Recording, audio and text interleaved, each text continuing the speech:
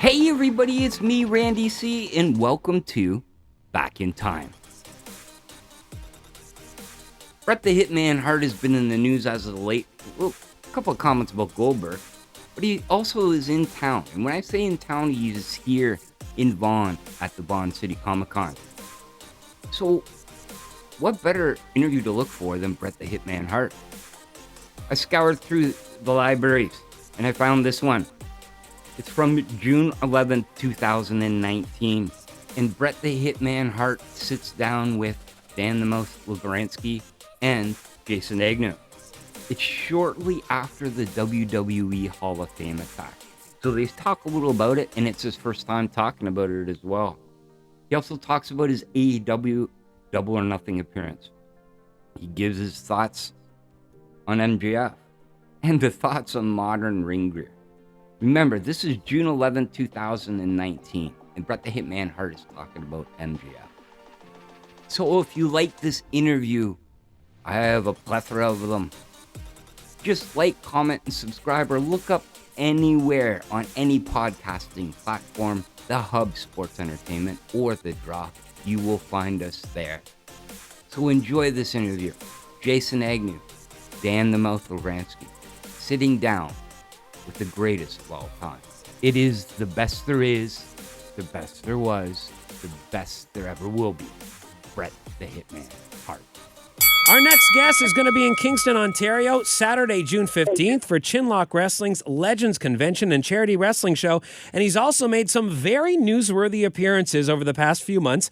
WWE's Hall of Fame induction ceremony, as well as being the man to reveal AEW's championship at Double or Nothing. Bret the Hitman Hart, welcome to Sunday night's main event. It's great to talk to you guys again. Appreciate it. Bret, you're going to be here next week, and that's fantastic. People are going to get a chance to meet with you. But it's been a very noteworthy and newsworthy year for you. You were at the WWE Hall of Fame this year. You were speaking and accepting the induction of yourself and Jim Neidhart and the Hart Foundation. And then all of a sudden, you're right in the middle of this, and you're blindsided and attacked by a fan. What went through your mind as this was happening? Well, I didn't see the guy until it was too late, and I could tell something was happening. But I actually thought it was a fight in the crowd or something like that. And you just never take anything for granted. I'm consider myself lucky that was as insignificant an incident as it was. I mean, I know everyone thought I got punched and hurt or, manhandled by that guy, but it was more the other way around, I think. But it was more of a bad day for that guy. I feel bad that it happened. I mean, it was a stupid thing to do, and I know something happened a few weeks ago with Arnold Schwarzenegger where it happened to him. And I hope it doesn't become something that people think is funny to do all the time, because same time you take that incident that happened in New York at WrestleMania. It could be like John Lennon happened. He didn't think anyone would shoot him in the back walking into his house or whatever. And so you can't take anything for granted. Wrestling fans are very passionate, and they get very caught up in the storylines and the things that go on in wrestling, and all that's good, but I don't recommend attacking wrestlers at the Hall of Fames. Well, I'm guessing if that had been the 1970s, the guy would have just been taken to the back and would have been dealt with by the other wrestlers. Did you ever hear anything like his motivation or why he did it or what he was trying to prove or anything? No, I never heard various sort of theories or things that were put forward. I heard he was a devoted fan of Vince's, that he loved Vince McMahon. And I've heard the other way around, that he wanted to do harm to Vince, and by doing harm to me was a way to do that. I don't know which one of those is true. I don't really care to talk too much about it, because I think it gives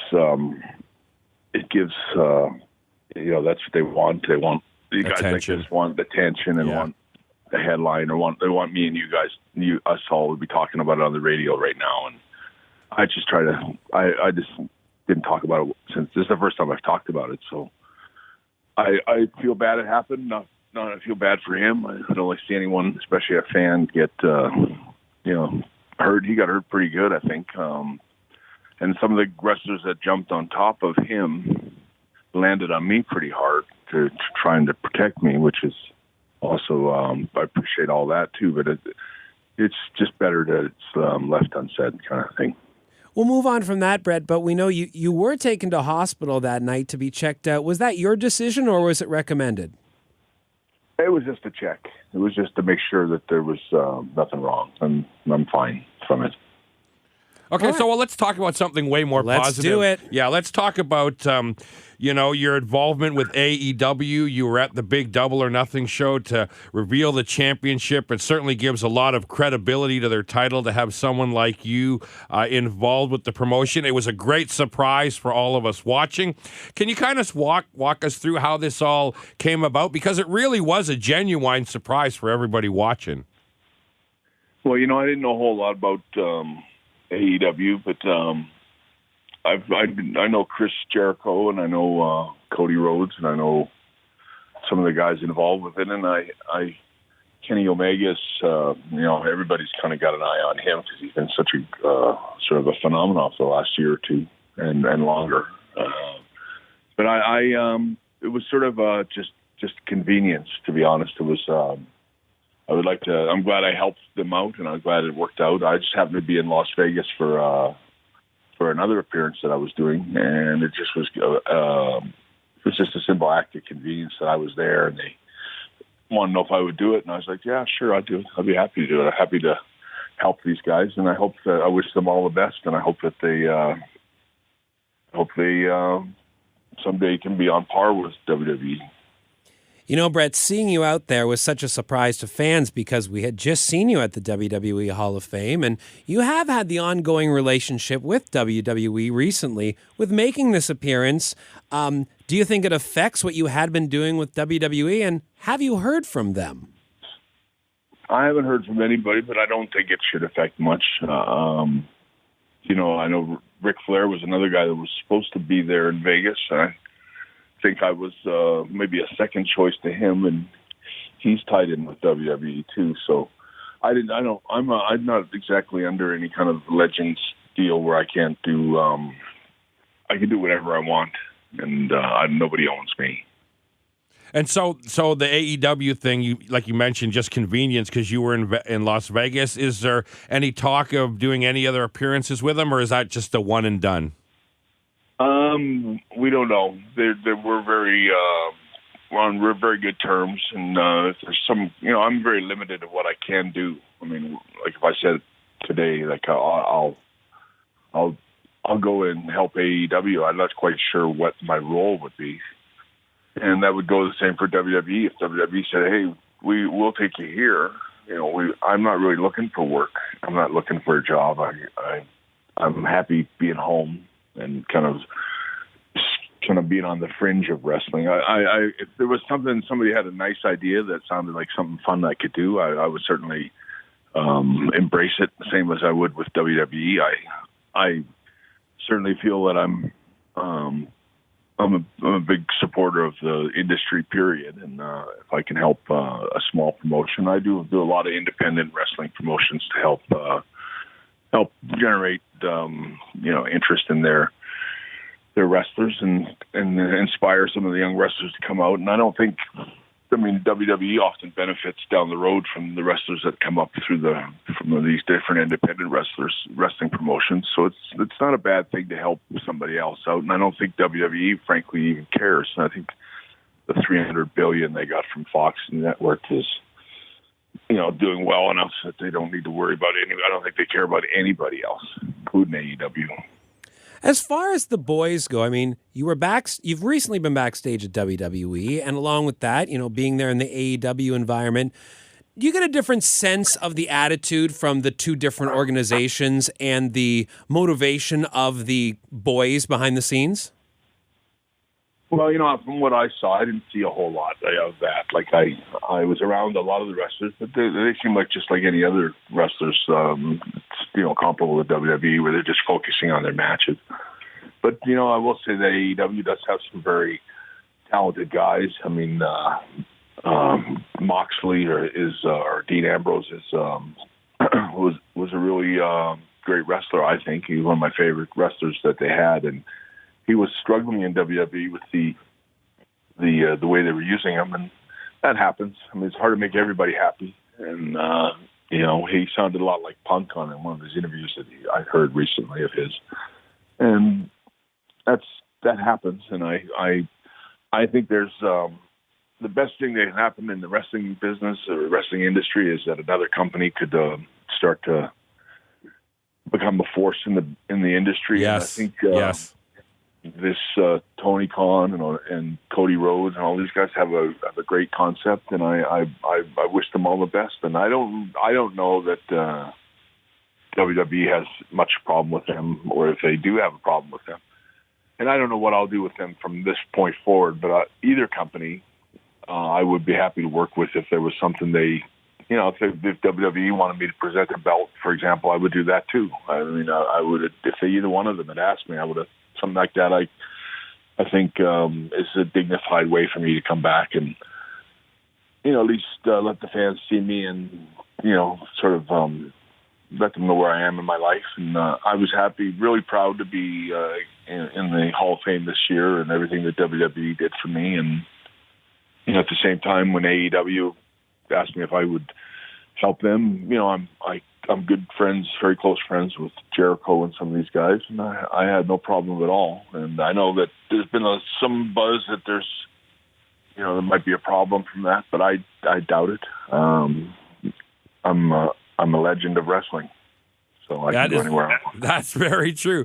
Just quickly, you mentioned you like some of the guys there. I want to get your thoughts on MJF, who did the segment with you in AEW and came out and interrupted you. And I think he has real potential as a very solid heel in the future. And I just wanted to see what you thought of MJF.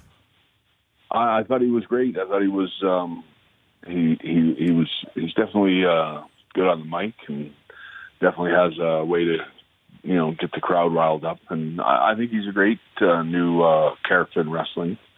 And, the young wrestlers today are sort of in a tough spot. They have to reinvent everything about themselves. And character-wise, I mean, you've seen every character imaginable in wrestling, and now it's like, I don't know, it kind of gets boring sometimes if you don't have there's always room for a new gimmick that nobody's ever seen before, or a character that hasn't come along before, or somebody that's like a young Roddy Piper, or somebody that can really talk on the mic, or somebody that's a phenomenal high flyer or a bump taker.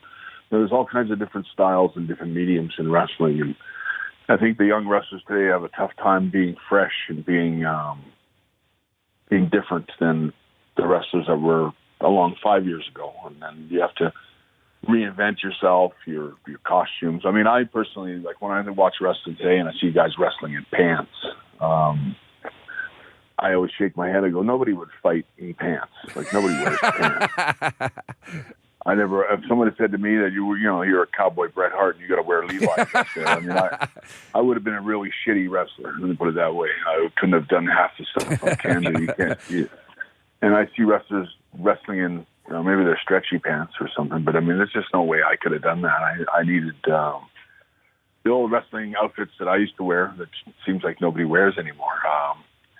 Were the best outfits. I mean, I was kind of like a football player once I had all my pads on. I had my elbow pads and knee pads and had my knees wrapped, and I had long tights that held everything together, and my whole outfit that I couldn't have changed it ever. I know there was times that people said we should change your look a little bit, and I remember thinking, I'm going to stay exactly with what the look I got, because A, that's what's working, and B, it's actually a really proper outfit for professional wrestling. Everything like when I fall out of the ring, I got elbow pads to protect my elbows.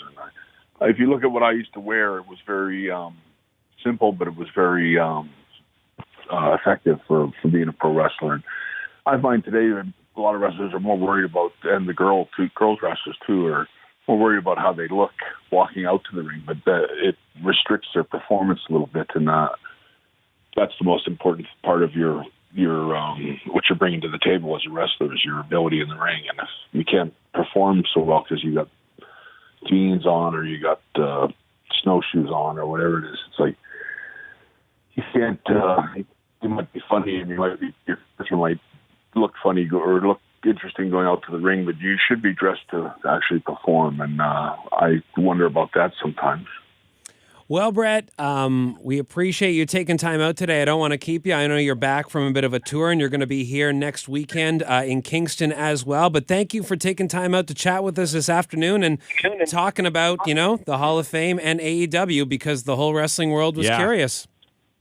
Well, I want everyone in the wrestling world to know that I'm fine. I'm in a good place. I'm happy with, and I'm not looking for a full-time job in wrestling. Period.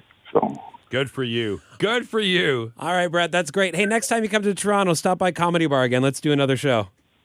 I will, and I just want to say I'm looking forward to coming to Kingston. I know that's Don Cherry's old hometown, and I was there for him when I inducted him in the Greatest Canadian thing a few years ago for CBC, and I just loved Kingston. I thought it was such a great town. I'm really looking forward to going there. I know they had some great restaurants when I was there last time, so I hope I get a chance to see a lot of my fans that are around, and I would even love to see Don Cherry. Awesome. Next week, it's Kingston, Ontario, and Chinlock Wrestling. Thanks, Bret. Hope to talk to you again soon. All right. Take care, guys.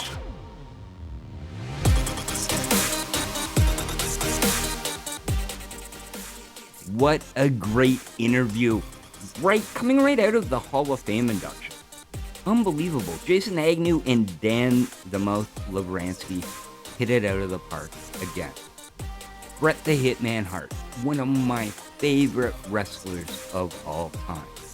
The best there is, the best there was, the best there ever will be. If you like this interview, subscribe below. We're on the Hub, Sports Entertainment, on every podcasting platform. We're also on YouTube, youtube.com/@thedraw_straws_raw. Tell us what you liked.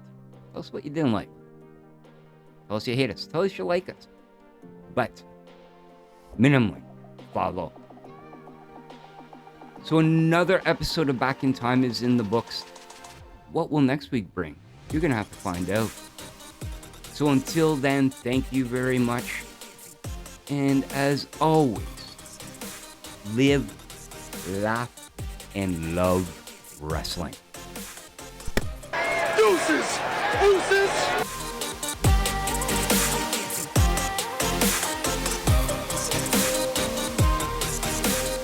They're eating, yeah. Does that bother you? What's it called? 4 letters, 1 word. Stop.